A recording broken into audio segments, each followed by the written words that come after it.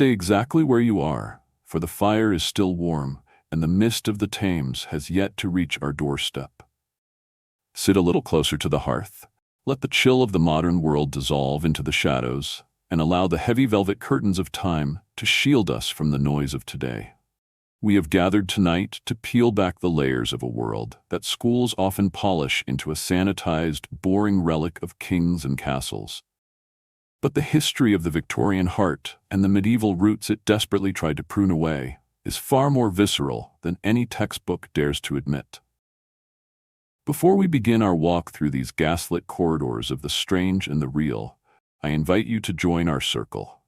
If the rustle of old pages and the mysteries of the past offer you the refuge you seek from the modern world, please consider leaving a mark of your presence. A like, a thoughtful comment, or sharing this chronicle with a fellow seeker of shadows helps keep our lanterns burning through the night. Your company is the heartbeat of these stories. Take a moment to look at your hand, perhaps resting on a smooth plastic keyboard or holding a sleek smartphone. You live in an era of sanitized predictability, where even your breath is measured by sensors and your water is filtered through layers of industrial science. Your home is an honest sanctuary, but step back into the London of 1860, and you will find a world built on a foundation of elegant deception. We are told that the Victorians were the pinnacle of hygiene and progress, yet beneath the top hats and the lace lay a visceral reality that makes our modern hardships look like a paradise of convenience. Imagine the simple act of a smile. Today, a toothache is a minor inconvenience handled with sterile needles and white-tiled rooms. But for the Victorian elite, a smile was often a graveyard of stolen secrets. You may have heard that people in the past had rotten teeth and terrible breath, but here's a shock that will challenge everything you think you know about progress. Your medieval ancestors likely had healthier teeth than the most refined Victorian lady. In the Middle Ages, sugar was a ghost, a luxury so rare it was almost mythical. People lived on coarse bread, vegetables, and the occasional honeycomb. This rugged diet acted as a natural scouring pad for the teeth, leaving peasants with dental health that would make a modern dentist weep with envy. But by the time the 19th century arrived, the empire had flooded the world with cheap, white poison, sugar. As sugar became the hallmark of the wealthy, a terrifying new status symbol emerged: the gilded decay. To have black, rotting teeth in a grand London parlor was not a sign of poverty, but a badge of excessive wealth. It meant you could afford the very luxury that was melting your jaw from the inside out. But the Victorians, obsessed with their public mask of respectability, could not allow the rot to show. When the teeth finally crumbled, they turned to the ultimate macabre solution. They did not use porcelain or plastic, they used Waterloo teeth. This is the horror hidden behind the lace.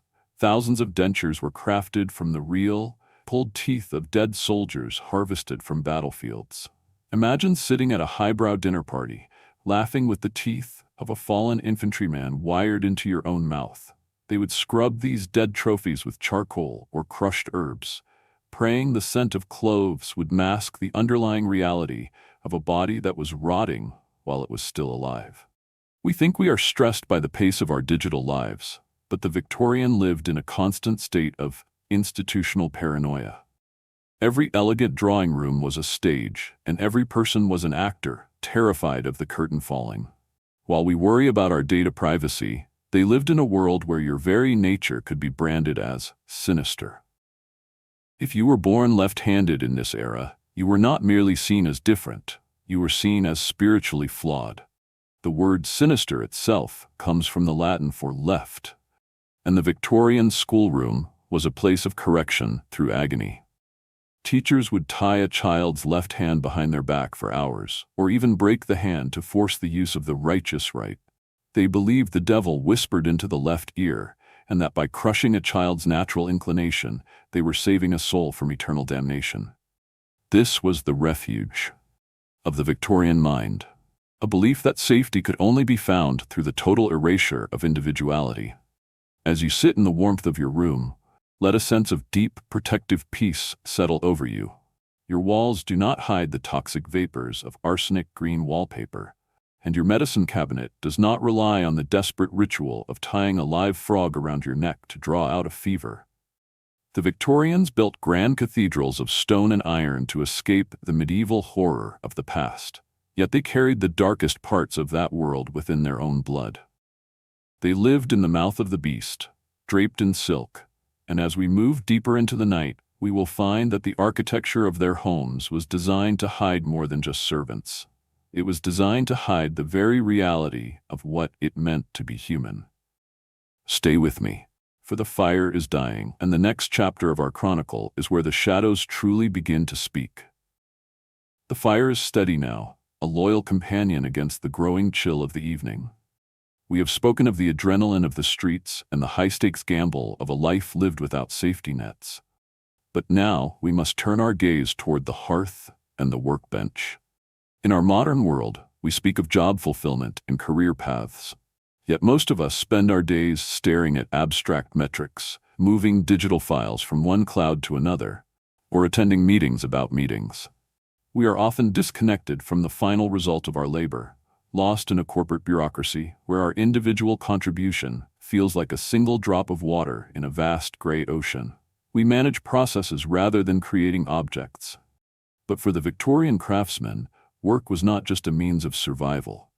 It was a form of personal mastery that provided a psychological satisfaction our modern hustle culture simply cannot replicate. Imagine the hands of a Victorian blacksmith.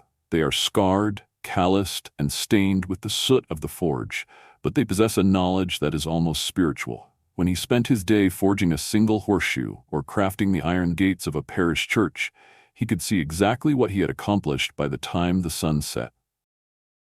There were no spreadsheets to update, no abstract performance indicators to meet, only the tangible, glowing proof that his 8 hours of sweat meant something real. Every hammer blow was a signature. Every curve of the iron was a testament to his unique technique. He was not just a cog in a machine, he was the man who built the doors that would outlast his own grandchildren. This was the magic of the task completion cycle. In the 19th century, work had a beginning, a middle, and a triumphant end. You started with a lump of clay, a stack of timber, or a fleece of wool, and you finished with a pot, a chair, or a coat.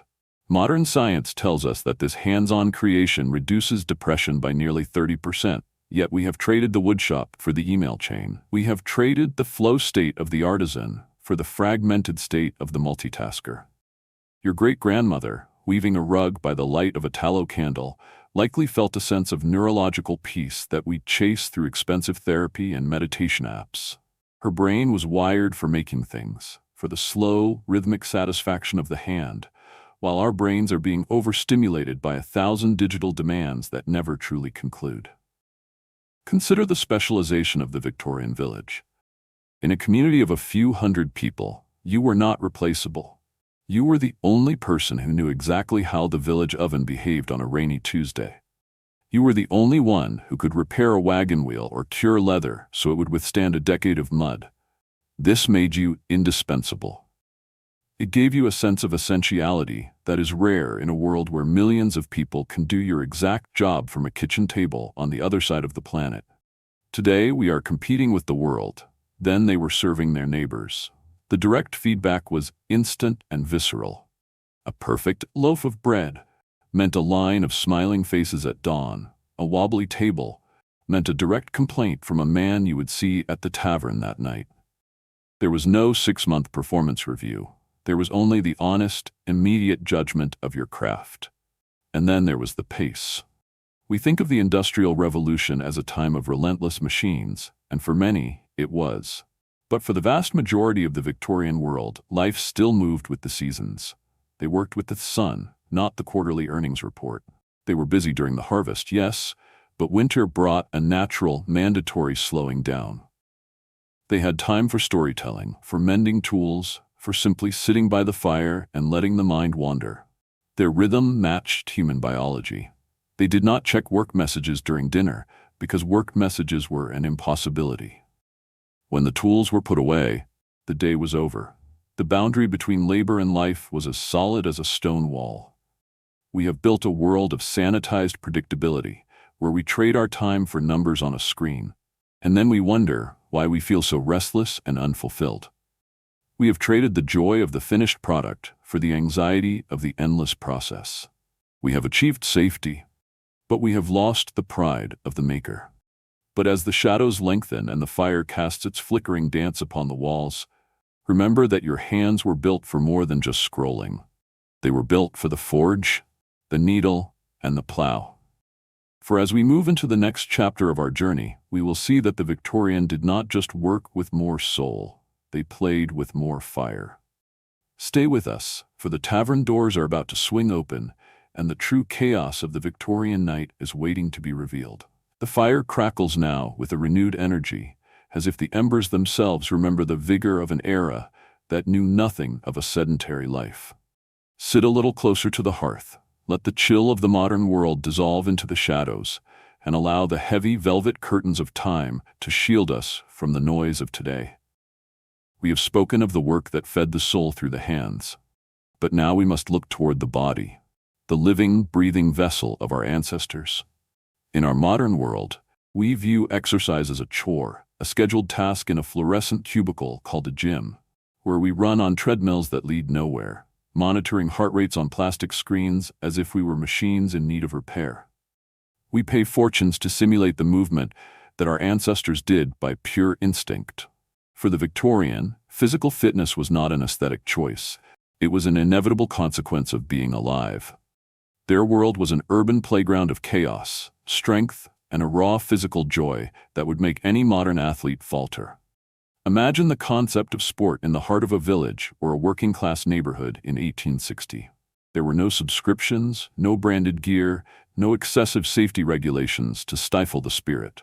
There was only mob football, the wild, untamed ancestor of the game we know today.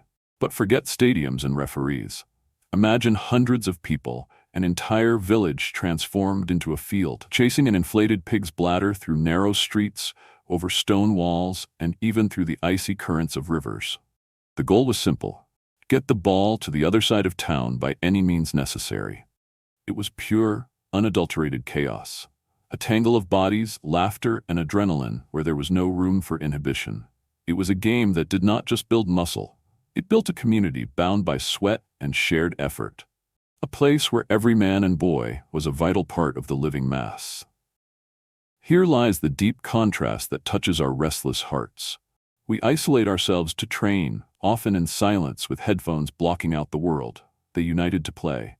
While today we count steps on a digital watch, the Victorian practiced what we might call functional fitness through survival and celebration. Archery, for instance, was not just an elegant pastime for the aristocracy in the gardens of Surrey. For many, it was a competition of precision that kept the eyes sharp and the arms strong. Skills that put dinner on the table and maintained a physical dexterity that our luxury gyms simply cannot replicate. They did not need protein shakes to maintain their musculature. Their world, made of iron, wood, and stone, demanded that strength of them every single day, turning their very existence into a masterpiece of movement. Consider the fairs and festivals that punctuated the Victorian calendar like bright lanterns in a long winter. In every event, the center of attention was the wrestling ring. Men and youths grappled before roaring crowds, not for a plastic trophy, but for the admiration of local maidens, or a prize as practical as a prize pig or a fine piece of cloth. Even the losers walked away with stories worth telling, their skin marked by the honest earth, and their hearts beating with a vivacity that digital entertainment can never offer. It was a life of real impact, of skin against skin, of feet planted firmly in the mud. Even the simplest games like Skittles, the grandfather of bowling, or a tug-of-war between rival guilds of craftsmen, turned a rope or a wooden pin into the source of a village-wide pride that lasted for months. We have built safety nets and predictable routines that eliminate almost every element of surprise and physical exertion from our daily lives. And then we wonder why we feel so disconnected, so fragile, and so bored. The Victorian did not need theme parks or escape rooms to feel a rush of blood. Their reality was a giant adventure game where the stakes were real and the rewards had genuine meaning. They played to the point of exhaustion, living through the body and not through an avatar on a screen. When they lay down at night, their fatigue was not the hollow mental stress of someone who spent the day staring at blue light. It was the honest, heavy weariness of someone who used every fiber of their being to interact with the physical world. But as the gaslight begins to flicker and the night air grows more persistent, we realize that this vitality was not limited to brute strength or street games. For if they worked with soul and played with fire, they loved with a patience and a depth that makes our modern scene of fleeting encounters look like a pale, flickering mirage. Rest your head, let the warmth of this sanctuary wrap around you, and prepare yourself. The garden shadows await, and the rhythm of the Victorian heart is about to reveal how true human connection was once forged in the quiet spaces between the stars. Stay with me, for the chapter of unfiltered romance and the slow-cooked heart is about to begin. The fire is casting long, elegant shadows against the library walls now, much like the silhouettes that once danced behind the lace curtains of a Victorian drawing room. Rest your head.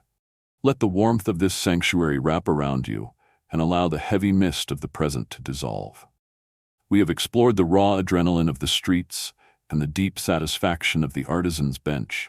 But now we must turn to the most intimate architecture of all, the human heart. In our modern world, we have turned romance into a digital grocery store. We swipe through faces as if they were products on a shelf, reducing the mystery of another soul to a curated gallery of filtered images and a few lines of clever text. We seek instant gratification, yet we find ourselves in a desert of loneliness.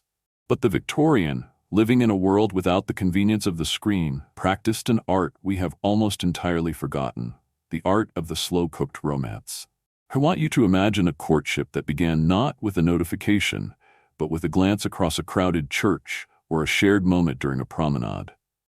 Before the dating app turned love into a transaction, your great-grandmother knew the power of the poetry of presence. When a Victorian man felt the first stirrings of affection, he could not simply send a casual message at 2 a.m. He had to show up. He had to write poetry, sometimes clumsy, sometimes grand, but always written by his own hand on paper that carried the physical weight of his intentions. The process of winning a heart took months, sometimes years, and while this sounds exhausting to our modern minds, it created a foundation of trust that no algorithm can replicate. Consider the Victorian dance, the only time and place where the rigid social barriers were allowed to soften. Today we move in dark clubs where the music is too loud for conversation, yet we remain miles apart in spirit. But the Victorian ball was a masterclass in synchronicity. You had to look your partner in the eyes. You had to move in a shared rhythm, following intricate steps that required focus and physical connection. These dances were not just for show. They allowed a couple to literally be in sync, to feel the warmth of a hand through a silk glove, and to communicate through the subtle language of movement. It was a revolutionary concept, building a connection through shared physical grace before a single word was ever whispered in private. Here is the shock of contrast that the modern world hides from you. We fall for a profile, they fell for a person. Because there were no Instagram filters to hide the flaws, Victorian lovers fell for real humans, complete with bad hair days, morning breath, and the beautiful imperfections of reality. They invested in slow love. Their courtship gifts were not generic digital cards, but hand-carved wooden combs, a single pressed flower from a shared walk, or a ribbon embroidered with initials. These items carried the physical energy of the giver. When you held a lock of hair in a locket, you were holding a piece of the person you loved. It was a visceral, tactile romance that demanded a heavy investment from the soul, and because the stakes were so high, the rewards were infinitely deeper. Even the family's involvement, which we today might see as an intrusion, provided a safety net we lack. Your parents, siblings, and neighbors all had skin in the game. They wanted the match to work because they had helped nurture it. No one went through the storm of a relationship alone. When a couple finally stood at the altar, they didn't just know each other's favorite hobbies. They knew each other's fears, their voices, and the way they looked when the sun hit the garden at dawn. They had actually talked, about dreams and favorite saints and the simple joy of barley bread. building a bridge of words that no screen could ever support. We have traded the slow-cooked meal of Victorian courtship for the microwave heat of the modern encounter, and we wonder why we feel so malnourished. We have eliminated the wait, but in doing so, we have eliminated the wonder. We live in a world of instant matches, but the Victorian lived in a world of lasting echoes. But as the night deepens and the frost begins to bloom on our window panes, we must realize that the wealth of the Victorian was not found in their bank accounts, but in the way they owned their time and their few precious possessions. Stay with me, for the dawn is almost here, and our final chapter will reveal the secret to a contentment that has been buried under a mountain of modern things. The fire has finally surrendered to the gray, cold ash of the morning, and the silence of the room is now so profound, it feels like a physical weight. Sit back into the shadows one last time. Let the flickering warmth of the past settle in your marrow, and listen to the quiet. We have walked through the gauntlet of the Victorian world, surviving the electrifying risks of the streets, the deep satisfaction of the artisan's workbench, the raw chaos of the urban playground, and the slow, patient dance of the human heart. But as the shadows lengthen for the last time, we must face the most harrowing truth of all: the weight of our own modern abundance. We live in an age where the average household contains 300,000 individual objects. We are surrounded by more stuff than a Victorian king could have dreamed of owning. Yet we are the ones who feel impoverished. We have more of everything, yet we have less of what actually matters. I want you to imagine the wardrobe of your great-grandmother. It did not consist of overflowing closets and forgotten impulse purchases buried under layers of polyester. She likely owned maybe 12 items in total. Her entire life's possessions could fit into a single wooden chest. But here is the shock of contrast. Because she owned so little, she valued everything. When she held her one good wool cloak, she knew every thread, every mend, every story woven into its fabric. It was not just a garment, it was a companion. Today we own so much that nothing is precious. We have traded quality for quantity, and in doing so, we have lost the spiritual connection to the things that shelter us. The Victorian invested in the eternal, the blacksmith's hammer that lasted decades, the oak table passed through 3 generations. They lived with less, so they could live more. But the greatest wealth they possessed was not material. It was what psychologists now call time affluence. In our world, time is a predator. It ticks on every wall, buzzes on every wrist, and screams at us through a dozen notifications every hour. We are perpetually behind schedule, racing toward a finish line that does not exist. But for the Victorian, time moved like honey. They lived by the sun, not the clock. When dawn broke, they woke. When dusk fell, they wound down. There was no blue light tricking their brains into thinking it was noon at midnight. They possessed the mindfulness we now pay therapists hundreds of dollars to teach us, simply because they had no choice but to be present. When they sat by the fire, they were not scrolling through the lives of strangers. They were actually there, in the warmth, in the silence, in the moment. The Victorian mind operated on moments of meaning, rather than our obsession with minutes. A baker felt the dough and smelled the yeast without wondering about his afternoon meeting. This slower pace created a space for wonder that our modern hamster wheel has crushed. They did not suffer from time anxiety because they were not competing with a global workforce. They were in rhythm with their own biology. Their work was busy, yes, but their rest was genuine. Winter was a mandatory slowing down, a season for storytelling, for mending, and for reflection. We have traded these natural seasons for a sanitized predictability where December feels exactly like July, and we wonder why we feel so disconnected and restless. Consider the nightlife we explored, the raw, uninhibited joy of the tavern. It was loud, messy, and gloriously human, because no one was standing on the sidelines watching life through a lens. You either jumped into the mayhem or you went home. The laughter was contagious because it was shared in the flesh. As we return to the light of the present, I want you to take a deep, clear breath. Look at the device in your hand, the window to a world of infinite information, but also the thief of your presence. The relief of the return is the greatest gift this journey can give you, but only if you take the Victorian Pulse back with you. You survived. You survived the visceral, blood-soaked reality of an era that demanded everything from the body but gave so much back to the soul. As you sit in the luxury of your modern life, let a feeling of profound gratitude wash over you. The hardships of your day are ghosts compared to the weight of the Victorian night. But do not just be grateful for the safety, be hungry for the life they had. Reclaim your hands, reclaim your time, reclaim the slow-cooked connection with the people beside you. As we extinguish the last candle and step back into the light of the 21st century, I want to thank you for walking this path with me. Your curiosity is the bridge that connects us to those lost souls who lived so fully in the dark.